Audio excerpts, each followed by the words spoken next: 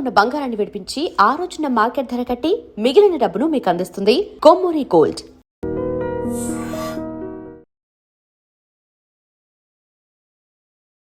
నమస్తే, welcome to I dream social spotlight with Kavitha.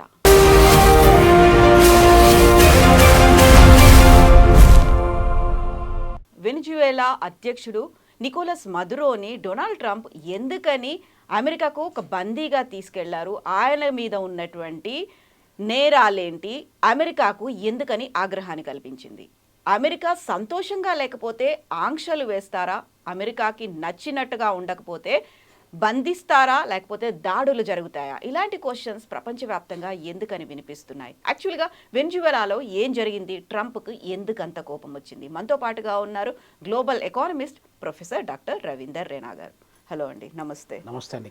So Venezuela అమెరికాకి చాలా దగ్గరలో ఉన్నటువంటి కంట్రీ, అందులో కూడా ఇది నార్త్ సౌత్ అని ఉన్నప్పటికీ కూడా అంత కోపం రావడానికి, అందులోనూ అటాక్ చేసి మరీ తీసుకెళ్ళిపోవడం, ఒక బందీగా తీసుకెళ్లడం, అప్పటికి కోర్టులో ప్రవేశపెట్టిన తర్వాత కూడా నేను చేసిన తప్పేమీ లేదు అని ఆయన చెప్పుకుంటున్నప్పటికీ కూడా ఆ కోర్టులో ఏం జరుగుతుంది అనేది అందరూ ఎక్స్పెక్ట్ చేస్తున్నారు. అంత కోపం ఎందుకు వచ్చింది ట్రంప్కి? కవిత గారు, అది చాలా ఇంట్రెస్టింగ్ స్టోరీ అండి. ఈ మధ్య కాలంలో జరిగిన డెవలప్మెంట్స్, ప్రపంచ జియో పాలిటిక్స్ చూసుకున్నట్టయితే వెనిజువేలా అధ్యక్షుడు మన నికోలస్ మదురాను తీసుకెళ్ళడం 3rd జనవరి, జస్ట్ ఒక 4 days బ్యాక్ తీసుకెళ్ళడం జరిగింది. అది ఎందుకు తీసుకెళ్ళాడు, దానిలో ఉన్నటువంటి కాంటెక్స్ట్ ఏంటి, అసలు ఆ దేశ పరిస్థితులు ఎలా ఉన్నాయి అని మనము క్షుణ్ణంగా పరిశీలన చేసినట్టయితే వెనిజువేలా అనేది దాదాపు 32nd బిగ్గెస్ట్ కంట్రీ అండి. అది ప్రపంచంలో మొత్తము 200 దేశాలను తీసుకున్నట్టయితే it's one of the biggest countries, not only in Latin America but also in the world world అండి. 32nd అంటే మీరు ఆలోచించండి, 200 కంట్రీస్లలో 32nd పొజిషన్లో ఉన్నదంటే అది పెద్ద దేశం, అది ఏరియా సైజ్ చూసుకుని. ఇంకొకటి ఏంటంటే కవిత గారు, మన పాకిస్తాన్ కానివ్వండి, నైజీరియా కానివ్వండి, నైజీరియా కూడా ఆఫ్రికా దేశంలో అతి ఎక్కువ జనాభా ఉన్నటువంటి దేశం. దాదాపు 235 మిలియన్ల జనాభాలు అక్కడ ఉన్నారు. పాకిస్తాన్ కూడా almost same population. Pakistan area size, Nigeria area size చూసుకుంటే కూడా దాంతో వెనిజువేలాతో కంపేర్ చేసుకోవచ్చు అనమాట. ఇంకొక పాయింట్ ఏంటంటే, ఇప్పుడు జర్మనీ ఒక దేశం, అది దాదాపు 3rd లార్జెస్ట్ ఎకానమీ, మనం 4th లార్జెస్ట్ ఎకానమీ మనం అనుకుంటుంటాం. జర్మనీను ఫ్రాన్స్ ఆ రెండింటిని కలిపితే ఎంతైతే ఏరియా అవుతుందో that is equal to Venezuela అండి. అంటే ఏరియా పరంగా మనం అర్థం చేసుకోవడానికి it's one of the biggest countries అండి. పాపులేషన్ పరంగా దాదాపుగా ఒక 3 కోట్లు, ఆల్మోస్ట్ 3 crore పీపుల్ అక్కడ ఉన్నారండి. 28 మిలియన్ పీపుల్ అని మనం చెప్పుకుంటాం. సో పాపులేషన్ పరంగా కూడా దాదాపు ప్రపంచంలో ఉన్నటువంటి దేశాల్లో పాపులేషన్ తీసుకుంటే కూడా it's one of the top countries అండి. సో ఇట్లా ఉన్నప్పుడు దానిలో ఇంకొకటి ఏంటంటే ఆయిల్ రిసోర్సెస్. ఇప్పుడు ఆయిల్ అనేది ప్రతి ఒక్క దేశానికి అవసరం అండి. ఆయిల్ రిసోర్స్ని తీసుకున్నట్టయితే Venezuela has got more amount of oil reserves than any other country in the world అండి. ఇప్పుడు వెనిజువేలా, ఇప్పుడు మనకు OPEC countries, organization of petroleum exporting countries అని ఒక కార్టెల్ ఉంది. ఆ కార్టెల్లో ఈ ఆయిల్ ఎక్స్పోర్టర్స్ అందరూ కూడా దానిలో మెంబర్స్, వాళ్ళు మనకు ఇంటర్నేషనల్ ప్రైసెస్లో డిసైడ్ చేస్తూ ఉంటారు. సో ఇప్పుడు ఈ మధ్యకాలంలో మనకు చూసినట్టయితే ప్రైసెస్ అరౌండ్ $70 మధ్యలో స్టెబిలైజ్ అయిపోయింది. కొంచెం అటు ఇటు ఫ్లక్చువేట్ అవుతుంటుంది, కానీ ఆ రేంజ్లో మనకు స్టెబిలైజ్ అయిపోయింది. ఇప్పుడు ఇక్కడ పాయింట్ ఏమవుతుందంటే, అంటే ఆయిల్ రిజర్వ్స్ ఎక్కువ ఉన్న దేశం అది ప్రపంచంలో. తర్వాత రెండోది ఏంటంటే, ట్రంప్ గారి యొక్క అక్యుజేషన్స్, ఈ మదూరో మీద అక్యుజేషన్ ఏంటంటే ఆయన డ్రగ్ లార్డ్గా, నార్కటిక్స్, డ్రగ్స్, ఇట్లాంటి ఇల్లిసిట్ డ్రగ్స్ని అక్కడ పెంచి పోషించి అక్కడ ఉన్నటువంటి డ్రగ్స్ని అమెరికాకు ఎక్స్పోర్ట్ చేసి అక్కడ ఉన్నటువంటి యూత్ను దెబ్బతీస్తున్నాడు అనేది ఆయన యొక్క మెయిన్ అక్యుజేషన్ అండి. అదొక పాయింట్. రెండో పాయింట్ ఏంటంటే కవిత గారు, మనకు ఆయిల్ రిసోర్స్లో తీసుకున్నట్టయితే అమెరికా కంటే కూడా, రష్యా కంటే కూడా ఎక్కువ మొత్తంలో ఆయిల్ రిసోర్సెస్ దాదాపు 800 సంవత్సరాల పాటుగా, ఇప్పుడు వచ్చే 800 సంవత్సరాల పాటు మనం ఆయిల్ను ఎక్స్ప్లాయిట్ చేసుకున్న, మనం దాన్ని యూజ్ చేసుకున్నా కూడా, అంటే ప్రొడ్యూస్ చేసినా కూడా తరగనటువంటి రిసోర్సెస్ అక్కడ ఉన్నాయండి. అరౌండ్ ఎస్టిమేషన్ ప్రకారంగా more than 14 trillion worth of dollars worth of oil resources ఆ కంట్రీలో ఉన్నాయి. సో ఇక్కడ అంటే ఆయిల్ దాని యొక్క ఈ వెనిజులాని మనం ఆక్రయించుకున్నట్టయినా, లేకపోతే వెనిజులా మీద మనం కంట్రోల్ తెచ్చుకున్నట్టయితే ఈ ఆయిల్ను మనం కంట్రోల్ చేసుకోవచ్చు అనేది ఒక మెయిన్ పాయింట్. రెండోది ఏంటంటే మాకు సెక్యూరిటీ దెబ్బపడుతుంది, మా యూత్ దెబ్బతినిపోతున్నారు, మా యూత్ అందరూ ఈ డ్రగ్స్కి అలవాటు పడిపోయి ఎట్లాంటి ప్రొడక్టివిటీ కానీ ఎట్లాంటి ఒక విజన్ మిషన్ ఒక ఆబ్జెక్టివ్ లేకుండా పక్కదోవ పడిపోతున్నారు అనే ఉద్దేశంతో ఆయన చేస్తున్నాడని ఆయన యొక్క వర్షన్ అది. సో ముఖ్యమైన వర్షన్ అంటే ఏంటంటే కవిత గారు ఆయిల్ అన్నమాట. ఆయిల్ అక్కడ ఉన్నటువంటి ఎకనామిక్ రిసోర్సెస్. అది జనరల్గా అమెరికా యొక్క చరిత్రను మనం తీసుకున్నట్టయితే దాదాపు 155 సంవత్సరాల నుండి అంటే 1871 నుండి ఇప్పటి వరకు 2026 వరకు కూడా అమెరికా ఒక దేశం లార్జెస్ట్ ఎకనామీ ఇన్ ద వరల్డ్గా మిగిలిపోయింది. ఆ లార్జెస్ట్ ఎకనామీగా ఉన్నప్పుడు మీరు లార్జెస్ట్ అయినంత మాత్రాన మీరు ద వరల్డ్ పోలీస్ మ్యాన్ లాగానో వరల్డ్ లీడర్ లాగానో వరల్డ్ డిక్టేటర్ లాగానో పెత్తనం చెలాయించి అందరినీ నేను చెప్పినట్టు వినాలి, లేకపోతే నేను మేము కట్ చేస్తాను, మిమ్మల్ని అరెస్ట్ చేస్తాను, మిమ్మల్ని చంపేస్తాను అని చెప్పి విధించడానికి ఏం లేదు. సో అదొక సావరిన్ దేశము. వెనిజులా కూడా ఒక సావరిన్ దేశం అండి. ఒక సావరిన్ దేశం ఇప్పుడు యునైటెడ్ నేషన్స్ డిక్లరేషన్ 1945 మనం తీసుకున్నట్టయితే యుఎన్ డిక్లరేషన్ తీసుకుంటే అన్ని దేశాలు కూడా ఈక్వల్. అది పెద్దది కావచ్చు, చిన్నది కావచ్చు, పాపులేషన్లో పవర్ఫుల్ కావచ్చు, లేకపోతే ఎకనామీలో పవర్ఫుల్ కావచ్చు, డజంట్ మ్యాటర్. మనకు నావరు, తువాలు లాంటి దేశాలు, మొనాకో, ఈ మన వాటికన్ సిటీ ఇట్లాంటి చిన్న చిన్న దేశాలు కూడా అవి సావరిన్ కంట్రీస్. సో సావరిన్ కంట్రీస్ను ఒక సావరిన్ కంట్రీ ఇంకొక సావరిన్ కంట్రీకి వెళ్ళి దాడి చేసి ఆ యొక్క అధ్యక్షుని భార్యను తీసుకొని రావడం అనేది పెద్ద తప్పది. కాకపోతే యునైటెడ్ నేషన్స్ ఏం చేసింది అనేది యునైటెడ్ నేషన్స్కి అయితే తెలుసు కదా, ఇలాంటి అటాక్ జరిగింది అనేది చూస్తూ ఉన్నారు కదా. చూడండి, యునైటెడ్ నేషన్స్ అంటే కవిత గారు ఇప్పుడు దాదాపు one of the oldest international body. అది మనకు వరల్డ్ వార్ II జరిగిన తర్వాత మన 1945లో Bretton Woods conference, World Bank, IMF formations, తర్వాత అప్పటి నుండి October 24, 1945 నుండి ఇప్పటి వరకు చూసుకున్నట్టయితే దాదాపు మీరు చూసుకోవచ్చు నియర్లీ 80 years ఓల్డ్ ఇన్స్టిట్యూషను. దాంట్లో ఏది యునైటెడ్ నేషన్స్ అంటే ఎవరు? మళ్ళీ అమెరికానే. ఎందుకు అమెరికా అవుతుందంటే ఇప్పుడు మనకు వీటో పవర్ కంట్రీస్ ఉన్నాయండి. వీటో చేయడానికి అంటే మనకు ఒక రకమైన రూల్ చేయడానికి ఒక 5 కంట్రీస్కి మాత్రమే దాదాపు 194 కంట్రీస్ దాంట్లో మెంబర్షిప్ ఉంటే దాంట్లో 5 కంట్రీస్కి మాత్రమే వీటో పవర్ ఉన్నారు, అధికారం ఉంది. అంటే ఏ డెసిషన్ తీసుకున్నా, ఏ డెసిషన్ మన వాళ్ళు ఇంప్లిమెంట్ చేయాలనుకున్నా కూడా వీటో పవర్ అనేది 5 కంట్రీస్. ఎవరండి వాళ్ళు? America, Russia, China, France, UK. దాంట్లో ఈ 5 దేశాలలో ఎక్కువగా పవర్ఫుల్ దాన్ని ఏమంటారు ఓటింగ్ రైట్స్ కావచ్చు, లేకపోతే కాంట్రిబ్యూషన్స్ కావచ్చు. మొత్తం డామినెన్స్ ఎవరిది ఉందంటే 17% అమెరికాది ఒకటే ఉందండి. సో 17% ఉన్నప్పుడు మిగతా కంట్రీస్ అన్నీ 2% కూడా లేవు. 2%, 3% లేని కంట్రీస్ ఈ 5 కంట్రీస్లో అమెరికా ఒకదానికే 17% ఉన్నప్పుడు ఎప్పుడైనా కూడా డెసిషన్ మేకింగ్ అనేది వాళ్ళ చేతిలో ఉంటుంది. వాళ్ళు ఏది చెప్తే అది ఫైనల్ అనమాట. సో అలాంటప్పుడు యునైటెడ్ నేషన్స్ అంటే ఏంటి? నథింగ్ బట్ అమెరికా అన్నట్టు. సో ఇలాంటి సందర్భంలో అమెరికా ఏది చేసినా నడుస్తుంది. అమెరికా ఎలాంటి నిర్ణయం తీసుకున్నా, ఎలాంటి యాక్షన్ తీసుకున్నా కూడా నడుస్తుందనే ఉద్దేశంతో దుందుడుకు నిర్ణయాలతోని నడుచుకుంటూ వస్తుంది. చాలా సందర్భాలు ఇప్పుడు ట్రంప్ గారు ప్రెసిడెంట్గా అయ్యి ఇంకా సంవత్సరం కూడా కాలేదు, రెండోసారి ప్రెసిడెంట్ అయ్యి. ఇప్పుడు by 20th January 2026లో 1 year, first 1 year second టర్మ్లో కంప్లీట్ అయిపోతుంది. 1 year కూడా కాలేదు. అంతకంటే చాలామంది ప్రెసిడెంట్స్ ఉన్నారు. 47th ప్రెసిడెంట్ ఆఫ్ అమెరికా, ఇప్పుడు 45th ప్రెసిడెంట్ ఆఫ్ అమెరికా కూడా ఉండే ఆయన. సో ఇలా మనకు ఒబామా టైంలో కానివ్వండి, లేకపోతే మన బుష్ టైంలో కానివ్వండి, బైడెన్ టైంలో కానివ్వండి, ఇంకా రకరకాల రోనాల్డ్ రీగన్ టైంలో కానివ్వండి, ఇట్లా రకరకాల సందర్భాలలో అమెరికా అనేది ప్రపంచ రాజకీయాల్లో డామినేట్ చేసుకుంటూ వచ్చింది. సో ఇది కొత్త విషయం కాదు.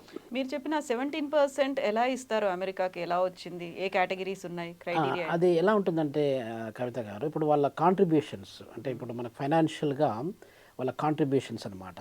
ఇప్పుడు ఫైనాన్షియల్ కాంట్రిబ్యూషన్ ఇప్పుడు మొత్తం మీద ఎక్కడైనా ఎయిడ్ ఇచ్చినా కూడా మనకు డెవలప్మెంట్ ఎయిడ్ అని, లేకపోతే హ్యూమనిటేరియన్ ఎయిడ్ అని, రకరకాలుగా ఫైనాన్షియల్ ఎయిడ్ అని చెప్పి ఇస్తూ ఉంటారు కదా. అట్లా వాళ్ళకి రిసోర్సెస్ కాంట్రిబ్యూషన్. ఇప్పుడు మనకు ఒక కంపెనీ ఉందనుకోండి, ఆ కంపెనీలో మనకు major share holder, minor share holders అని ఉంటారు కదా. మేజర్ షేర్ హోల్డరే డామినెంట్ డెసిషన్ మేకర్గా అయిపోతాడు కదా. ఒక కంపెనీలో 100 కోట్లు ఉన్నదనుకోండి, 100 కోట్లలో 50 కోట్లు పెట్టిన ఆయననే ఫైనల్ అథారిటీ అయిపోతుంది. మిగతా 50 కోట్లు లేకపోతే 49 కోట్లు మిగతా చిన్న వాళ్ళందరూ 2 కోట్లు కొంతమంది కాంట్రిబ్యూట్ చేయొచ్చు, 5 కోట్లు కొంతమంది చేయొచ్చు. వాళ్ళదంతా పెద్ద డెసిషన్ మేకింగ్లో అంత పవర్ ఉండకపోవచ్చు.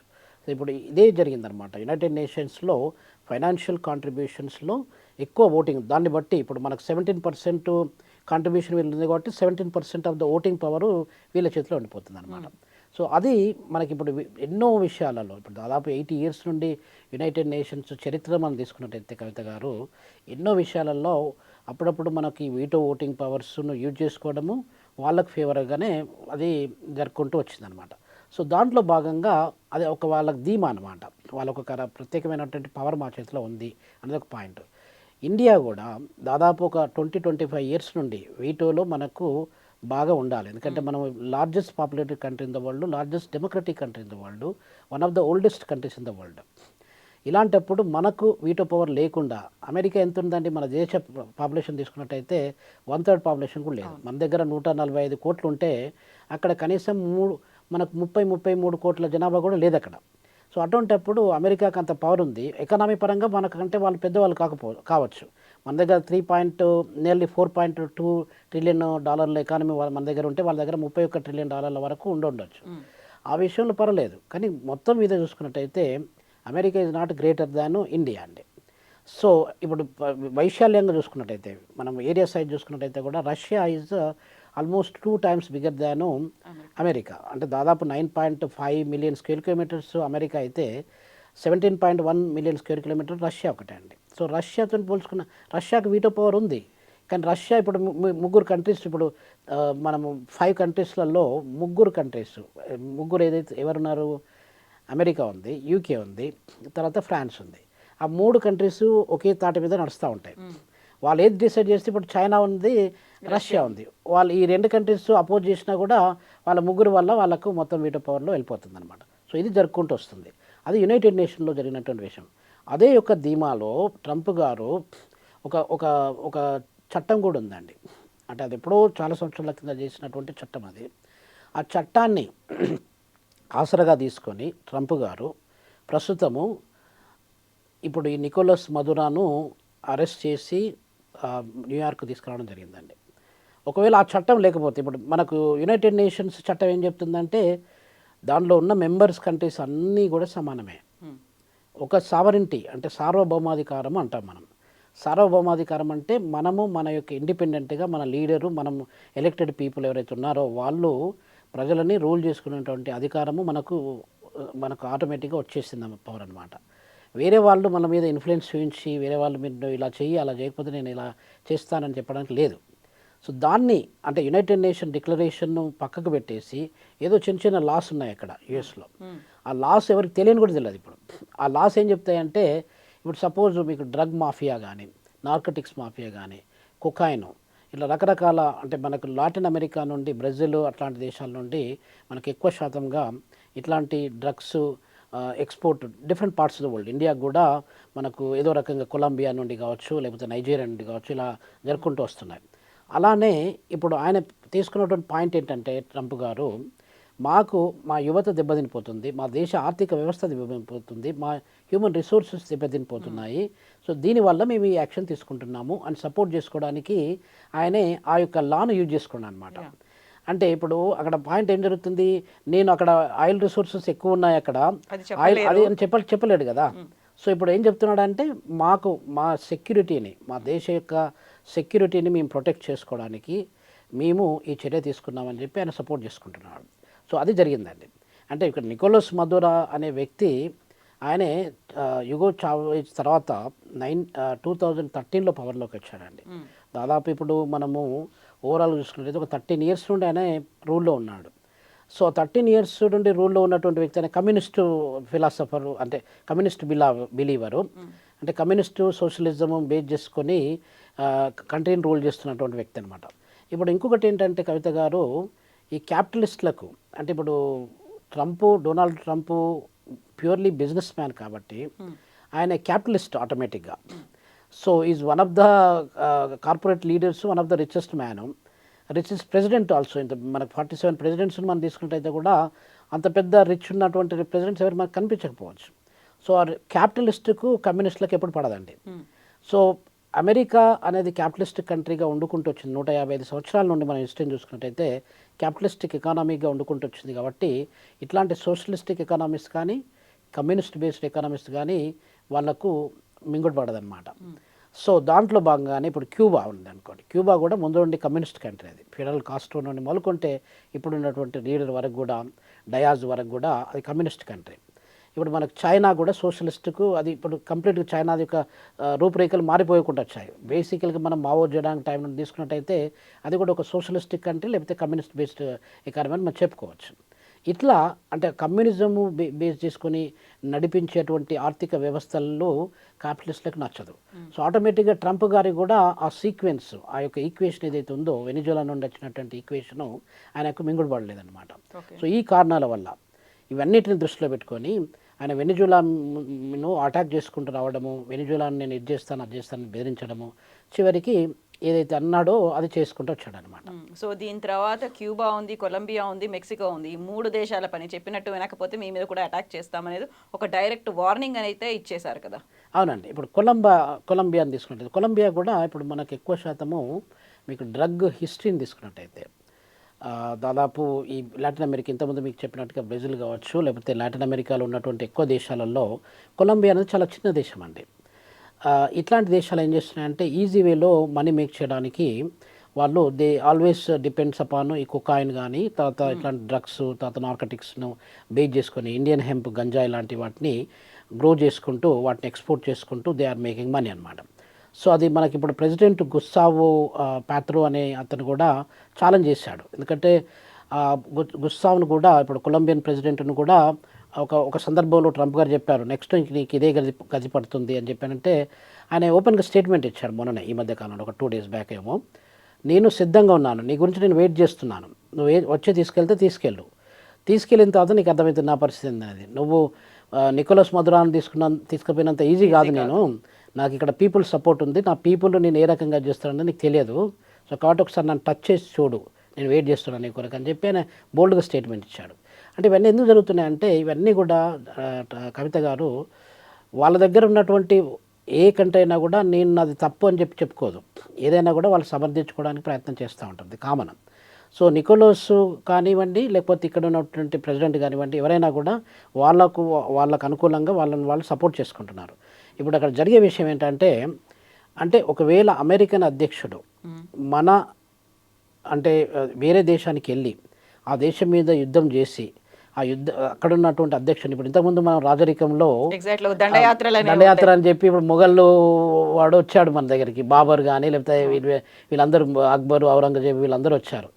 ఎక్కడో ఆఫ్ఘనిస్తాన్ అక్కడిక్కడ నుండి వచ్చినటువంటి వ్యక్తులు మన దేశానికి వచ్చి మన దేశంలో ఉన్నటువంటి రాజులను చీలి వాళ్ళను డివైడ్ చేసి మనల్ని ఆక్రమించుకొని వాళ్ళు కొన్ని వందల సంవత్సరాల పాటు రూల్ చేశారు. సో అలా చేయడానికి లేదు కదా. ఇప్పుడు మోడర్న్ వరల్డ్లో మనకు యునైటెడ్ నేషన్స్ ఎందుకు ఉంది అని అంటే, ఒక దేశాన్ని యొక్క సావరింటిని ప్రొటెక్ట్ చేయడానికి ఆ యొక్క బాడీ ఉంది. ఆ బాడీకి లీడర్ నువ్వే, మెయిన్ లీడర్ నువ్వే తప్పు చేసినాక ఇంకా వేరే వాళ్ళు ఎందుకు తప్పు చేయకుంటుంటారు. ఇప్పుడు మనకు ఇలాంటి, ఇప్పుడు సపోజ్ పుటిన్ గారు ఉన్నారు, వ్లాడిమిర్ పుటిన్ అమెరికన్ ప్రెసిడెంట్ ఉన్నాడు. అవును, నేను దీన్ని ఆక్రమించేసుకుంటాను, యుక్రెయిన్ నేను ఆక్రమించుకుంటాను ఆయన చెప్తుండొచ్చు, లేకపోతే ఇండియా కూడా చెప్తుండొచ్చు నేను పాకిస్తాన్ ఆక్రమించుకుంటా అని చెప్పి. పాకిస్తాన్ నా integral part of the India 1947 కంటే ముందు. సో కాబట్టి నేను పాకిస్తాన్ ఆక్రమించుకుంటాను, ఇటు బంగ్లాదేశ్ ఆక్రమించుకుంటాను, ఇలాంటి చేయడానికి ఆస్కారం ఉంటుంది. సో కాబట్టి ఇవన్నీ కూడా మనం ఒక లెసన్, మనం ఏమంటారు దాన్ని, ఒక ప్రెసిడెంట్ మనం దాన్ని ఎస్టాబ్లిష్ చేసినట్టు అయిపోతుంది. అంటే అది వాళ్ళు అది చేశారు కాబట్టి అదొక మోడల్, ఆ కంట్రీ చేసింది మేమెందుకు చేయకూడదు అని ఒక ప్రెసిడెంట్ను ఎస్టాబ్లిష్ చేస్తున్నాం. అది తప్పు ప్రెసిడెంట్ యాక్చువల్గా. ఆ ప్రెసిడెంట్ అనేది వాళ్ళు పెట్టకుండా ఉండాల్సిన అవసరం ఎంతైనా ఉందండి. గ్లోబల్ పాలిటిక్స్లో స్టెబిలిటీని కానీ, మన సేఫ్టీని కానీ, మనకు ఒక సెక్యూరిటీని కానీ మనం ఎస్టాబ్లిష్ చేసి ఒక పద్ధతి ప్రకారం శాంతియుతంగా మనం ప్రపంచాన్ని నడిపించడానికి ఈ చర్యలు చాలా చాలా అవసరం. ఇంకొక విషయం ఏంటంటే కవిత గారు, సరే ఇప్పుడు మీరు అడిగిన ప్రశ్నకు మనకు నికోలస్ను ఎందుకు తీసుకెళ్ళాడు, నికోలస్ యొక్క హిస్టరీ ఏంటి అని మనం చూసుకున్నట్టయితే, నికోలస్ మీద రకరకాల అలిగేషన్స్, రకరకాల స్టోరీస్ ఉన్నాయండి. దాంట్లో మనకు ఇంట్రెస్ట్ ఆఫ్ టైము అంత డీటెయిల్గా డిస్కస్ చేసుకోకుండా ఇంకొక విషయం నేను చెప్పడము ఇంపార్టెంట్ ఈ సందర్భంలో. ఇప్పుడు ఆయన పవర్లోకి ఎప్పుడు వచ్చాడు, 2013లో వచ్చాడని మేము ఇంతకుముందు మాట్లాడుకున్నాం. 2013 నుండి 16 మధ్యన ఒక 3 years పాటు $5.2 బిలియన్ వర్త్ ఆఫ్ గోల్డ్ రిజర్వ్స్ని స్విట్జర్లాండ్కు తరలించడం జరిగింది. అంటే 113 టన్నుల బంగారాన్ని వెనిజులా నుంచి స్విట్జర్లాండ్కి వెళ్ళిపోయింది. బ్యాంకుల్లో ఉన్నాయి. అవును, స్విట్జర్లాండ్ బ్యాంకులో ఉన్నాయి. అంటే అది అది that it self an indication. ఇప్పుడు సపోజ్ మధుర పవర్లోకి వచ్చిన వెంటనే ఆ టైంలో నుండి ఒక 3 years పాటుగా అంత పెద్ద మొత్తంలో కూడా ఇప్పుడు ఆ గోల్డ్ను మీరు మన ఇప్పుడున్న ప్రస్తుత క్యాలిక్యులేషన్ చూసుకుంటే ఇండియన్ రూపీస్లో అరౌండ్ 46,000 crores రూపీస్ అయిపోతుంది అనమాట. అంత పెద్ద అమౌంట్ని అది మొత్తం మధుర జీవితకాలం రోజుకు కొన్ని 100 కోట్ల రూపాయలు తిన్నా కూడా ఆయనకు పెద్ద ఏం అది కాదనమాట. సో ఇట్లాంటివన్నీ కూడా కొన్ని కరప్షన్ రిలేటెడ్ ప్రాబ్లమ్స్ అలా క్రియేట్ చేశాడు.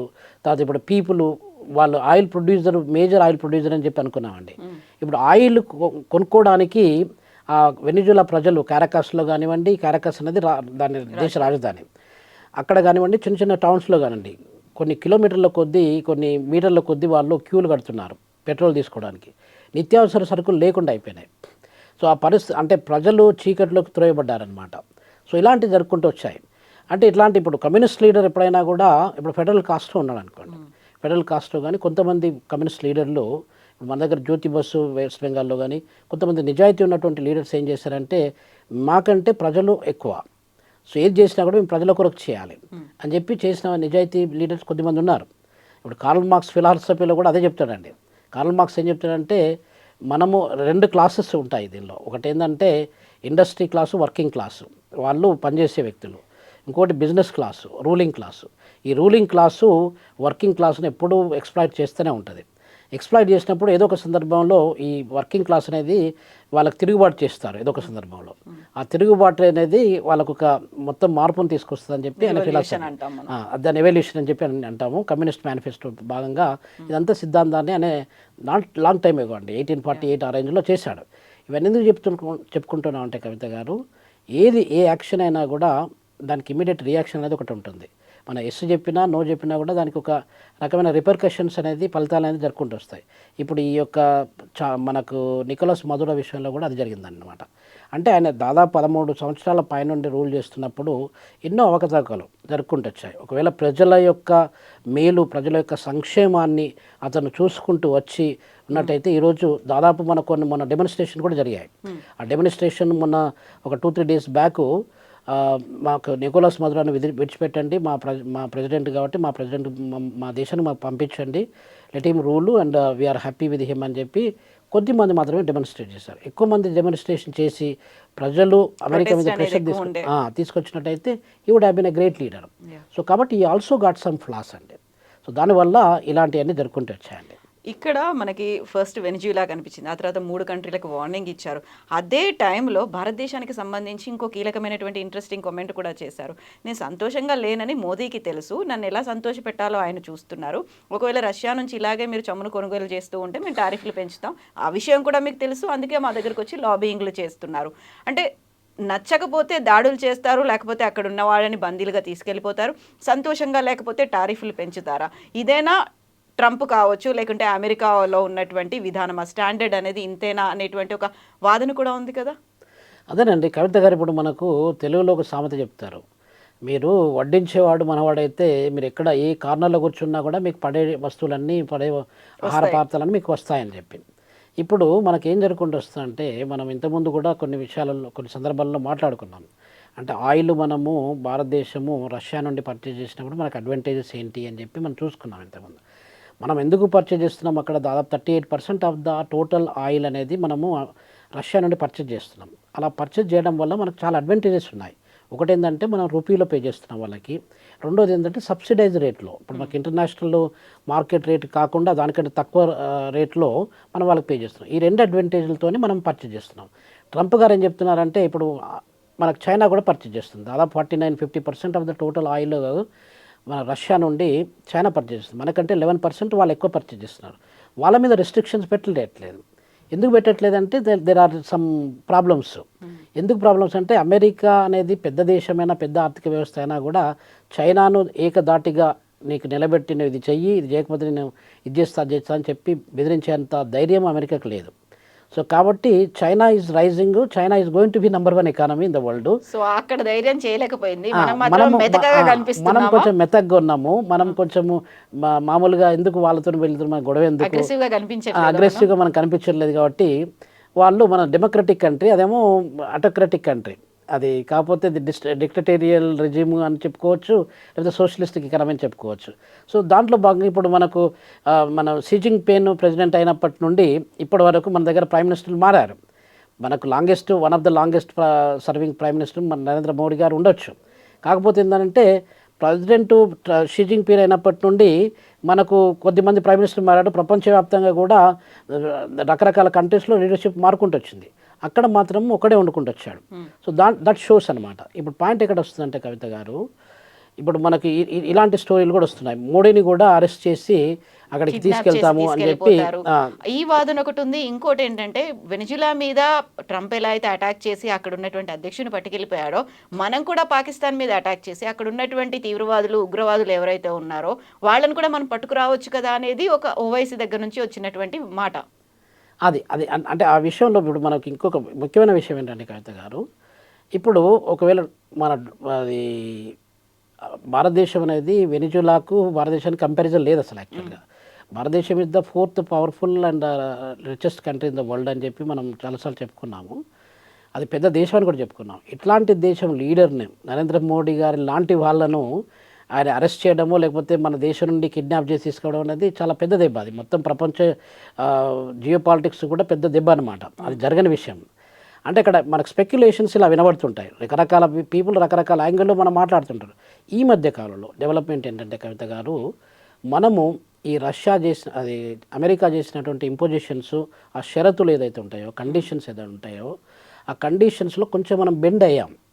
ఆ బెండ్ ఎందుకు అయ్యామనేది కూడా మనము డీటెయిల్గా చర్చించుకోవచ్చు. అది మనకు ఇప్పుడు ముఖ్యమైన విషయం చెప్పేది ఏంటంటే కవిత గారు, మనకు వాళ్ళు 25% నుండి 50% టారిఫ్ పెంచినప్పుడుగా, అది దాదాపు మనకు లాస్ట్ ఇయర్ మే నుండి నవంబర్ మధ్యన తీసుకున్నట్టయితే మన యొక్క ఎక్స్పోర్ట్స్ అమెరికాకు మనము $80 బిలియన్ ఎక్స్పోర్ట్స్ మనం చేసేవాళ్ళం.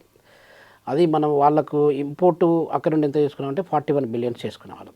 అంటే 86 బిలియన్లు అంటే మనకు వాళ్ళకు $45 బిలియన్ ట్రేడ్ సర్ప్లస్ మనకు ఉంది. ఏం జరిగింది ఈ మధ్యకాలంలో మే నుండి నవంబర్ మధ్యన అంటే మన ఎక్స్పోర్ట్స్ ఒక 21% ఎక్స్పోర్ట్స్ పడిపోయాయండి. సో ఇట్లా కొన్ని రకరకాలుగా మనకు నష్టం జరిగింది ఎకనామికల్గా. జరిగినప్పుడు ఆయన ఏం కండిషన్ పెడుతున్నాడు, ఆయిల్ను అక్కడ కొనడం తగ్గించు లేకపోతే మానేయి. సో మనం తగ్గిద్దాము అని చెప్పి ఈ మధ్యకాలంలో కొంచెం తగ్గింపు జరిగింది. అది జరిగినప్పుడు అది మిగతా ప్రపంచ దేశాలు కానీ మన దగ్గర ఉన్న అపోజిషన్ లీడర్స్, ఇప్పుడు మల్లికార్జున్ ఖార్గే లాంటి వాళ్ళు కాంగ్రెస్ అపోజిషన్ పార్టీ లీడర్ ఉన్నారు కదా, వీళ్ళందరూ చెప్పేది ఏంటంటే మీరు బెండ్ అయిపోయారు, మీరు తల ఊపుతున్నారు, ఏమంటే అది ట్రంప్ ఏదంటే అది మీరు తల ఊపుతున్నారు, తల ఉంచారని చెప్పి అట్లాంటి అలిగేషన్స్ జరిగాయి ఈ మధ్యకాలం 1-2 days బ్యాక్. సో ఇట్లాంటి జరుపుకుంటూ వస్తాయి. అంటే మీరు ఎందుకు బెండ్ అయ్యారు అసలు? యాక్చువల్గా భారతదేశం యొక్క ప్రజలు మీ మీద నమ్మకంతో మీకు ఓటేసి మిమ్మల్ని నాయకునిగా పెట్టుకున్నప్పుడు భారతదేశ ప్రజల యొక్క సంక్షేమాలని, వాళ్ళ యొక్క గర్వాన్ని, వాళ్ళ ప్రైడ్ను మీరు ప్రొటెక్ట్ చేయాలి. సో అలా మీరు బెండ్ అయినారంటే you are selling yourself అనే పాయింట్ అక్కడ తీసుకొస్తున్నారు అనమాట. అక్కడ పాయింట్ ఎక్కడ వస్తుందంటే కవిత గారు, ఈ గ్లోబల్ పాలిటిక్స్లో పీపుల్ ఏదేమి మాట్లాడినా కూడా మనం బెండ్ కావాల్సిన అవసరం లేదు. అమెరికాకు బెండ్ అవుతుంటే ఏమవుతుంది, అక్కడ ఒక దగ్గర మనం బెండ్ అవుతున్నామంటే ఇంకొకరికి మనం హామ్ చేస్తున్నట్లు లెక్క. ఎవరికి హామ్ చేస్తున్నాము? మనకు దీర్ఘకాల మిత్రుడు ఎవరైతే ఉన్నారో రష్యా, ఆ దీర్ఘకాల మిత్రునికి మనము ఒక అవకాశం ఇస్తున్నాము. అంటే ఇండియాను కూడా మనం నమ్మలేము అని చెప్పి పుటిన్ అనుకోవడానికి ఆస్కారం ఎక్కువ ఉంటుంది అక్కడ. పుటిన్ గారు మొన్ననే వచ్చారు, మనకు దాదాపు 1 month బ్యాక్ మన ఇండియాకి వచ్చాడు. ఆయన ఇండియాకి వచ్చి మనకు వాళ్ళకు సత్సంబాలు ఉన్నాయి. ఒక పెద్ద దేశము, భారతదేశం లాంటి పెద్ద దేశము రష్యాకు సపోర్ట్గా ఉన్న ధైర్యం అనేది రష్యా కూడా ఉందండి, పుటిన్ కూడా ఉంది. అలాంటప్పుడు అలాంటి ధైర్యాన్ని మనం చెడగొట్టేసి ఇప్పుడు మనము అమెరికాకు మీరు చెప్పినట్టు చేస్తున్నామనంటే పాయింట్ ఎక్కడ వస్తుంది? వీళ్ళతో మనకు ఉన్న మిత్ర సంబంధాలు అనేది కట్ అయిపోతున్నాయి, దూరం పెరిగిపోతుంది, అది కనిపోతుంది. సో అది జరగడం అనేది మన యొక్క దేశ యొక్క ఇమేజ్ని చూసుకున్నా, మన చరిత్రను తీసుకున్నా కూడా, ఇప్పుడున్నటువంటి కరెంట్ కండిషన్స్ తీసుకున్నా కూడా, ఎలాంటి పరిస్థితి వచ్చినా, ఎట్లాంటి గడ్డు పరిస్థితి వచ్చినా కూడా మేము అన్న మాట ప్రకారంగా నడుస్తాము, మేము చెప్పిన మాట మీద మేము నిలబడతాము అనేది మనం చూపించాల్సినటువంటి అవసరం ఎంతైనా ఉందండి. ఎస్ అండి, థ్యాంక్ యూ సో మచ్. ఎన్ని డెవలప్మెంట్స్ మళ్ళీ ఫర్దర్గా వస్తాయో చూద్దాం, మనం మాట్లాడుకుందాం. థ్యాంక్ యూ అండి. నమస్తే అండి, థ్యాంక్ యూ. Thank you. నిజంగా ప్రస్తుతం ఉన్నటువంటి సమాజం దేనికి ప్రయారిటీ ఇస్తుంది? ఆర్థిక సంబంధాల చుట్టూ మాత్రమే తిరుగుతోంది. మళ్ళీ ఎన్నికలంగానే చాలా విరక్తి కలుగుతున్నాం. మంచి అనిపిస్తుంది కదా, లేడీస్ కూడా ఛాలెంజింగ్ జాబ్స్ చేసినప్పుడు చాలా బాగుంటది. ట్రాఫిక్ అసిస్టెంట్స్ గా నియమించిన ట్రాన్స్జెండర్స్ అందరితో సాల్యూట్ చేయించుకుంటున్నారు. ఫుడ్ డెలివరీ ఇవ్వటానికి వెళ్ళినటువంటి డెలివరీ బాయ్ అనిల్ పై కళ్ళ ముందు పెళ్ళండి